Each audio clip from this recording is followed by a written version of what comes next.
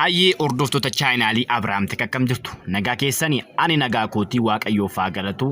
Egaa guyyaa har'aa kanas immoo barnoota waa'ee moobaayilii keenya wajjin wal qabatuun isinii qabadhee dhiyaadhe. Egaa innis immoo warroonni paatarnii bilbila keenyaa irraanfannee wallaallee maal goonuu jettan egaa asirraa furmaatanii argattu jedhee yaada. Egaa haala kamiin paatarnii bilbila keenyaa yookaan paaswoordii piinii akkamitti cabsinaa bilbilli keenya yoo biizii ta'ellee foormaat gooneetoo deebisnee haaromfachuu ni dandeenya jechuudha. Egaa bilbila kiyyaa paatarnii kan cufame akkuma argitan paatarnii isaatii hin beeku jechuudha. Nama paatarnii isaa kana hin beeku akkuma argitan paatarnii cufamee jira jechuudha. Haala kamiin deebisnee bannaa ka jedhudha. Egaa warroonni chaayinaalii Abrahaam Tek immoo sabiskiraayib goone sabiskiraayib godhaan isiniin jedha. Egaa gara barnootaatti isin dabarsaa. Egaa gara barnootaatti yoon isin dabarsu bilbila keessan paatarniin cufame kana ni cuftu jechuudha.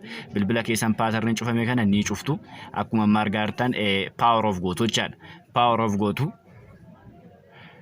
Egaa erga power of gootaniin booddee egaa wanti isin gochuu qabdan bilbila keessan erga cufameen booddee vaaluum batanii fi power batanii walitti qabdu jechuudha.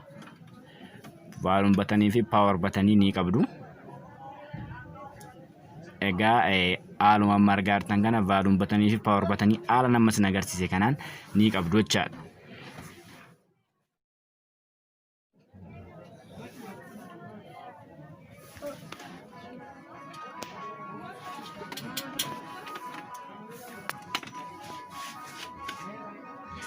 Egaa achi booda haala kana erga qabdameen booddee isiniif baasaa jechaadha siistema. Kinoo Android sistemii akka haala kanaan isinii baasaa jechaadha. Achiin booda as keessaa kunoo ka sadaffaarratti argamu harka sadaffaarratti kan argamu WP data factorist kan jedhu kana egaa isarratti kilik gootu jechaadha. Isarratti kilik gootu.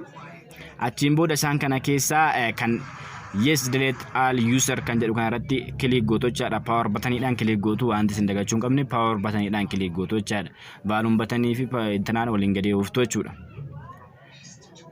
Achiin booda formattingii data isiniin jedha ofuma isaatiif format isinii godha jechaadha. Achiin booda haala kanaan kunoo formaan nu ta'eera. Achiin booda reboot system now kan jedhu irratti kilik gootu jechaadha. Egaa hordoftoota koo haala nama isin agarsiisu kana yoon hordoftan wanti isin hin bananneef hin jiru hin banamaa salphaadha baay'ee salphaadha jechuudha. Egaa kunoo haaluma amma argitan reboot system irratti kilik godheera. Egaa amma wanti isin gochuu qabdan ofuma isaatii bilbila keessan format of godhaa jechaadha. Format of godhaa daqiiqaa xiqqoo ni turaa jechuudha. Daqiiqaa xiqqoo ni turaa jechaadha. Akka daqiiqaa 5 ni turaa isin immoo ni eegdu jechaadha. Egaa kana waan restore of godhuuf hin turaa jechuudha. Akka duratti dafee isinii banamutti hin banamu ni turaa jechaadha. Egaa erga haala kanaan isinii fidaa jechaadha. Haala amma argitan kanaan kinoo isinii fidaa jechaadha. Erga isiniif restore ta'een booddee achiin booda kunoo bakka jalatti ni argitu yaada next jettuuni. Achiin booda Skype kan jedhu kilik gootu jechaadha. Ammas Skype achiin booda Skype anyway next jettuuni. Next jettuuni haala nama isin agarsiisu kanaan next muur ka jedhu kana next jettuun jechaadha. Bakka bilbila keessan restore gootaniitu. Egaa bilbilli keessan restore ta'eera jechaadha. Amma bilbilli keessan restore ta'eera. Egaa haala kanaan bilbila keessan restore godhachuu dandeessu. Paaswoordii irraanfanne jettanii ogeessa bira deemtanii maallaqaan hin barsiistanii manuma keessanitti ofii keessanii banachuu dandeessu. Egaa warroonni immoo chaayinaalii Abrahaam Tek sabiskiraayib goone please sabiskiraayib nu godhaa.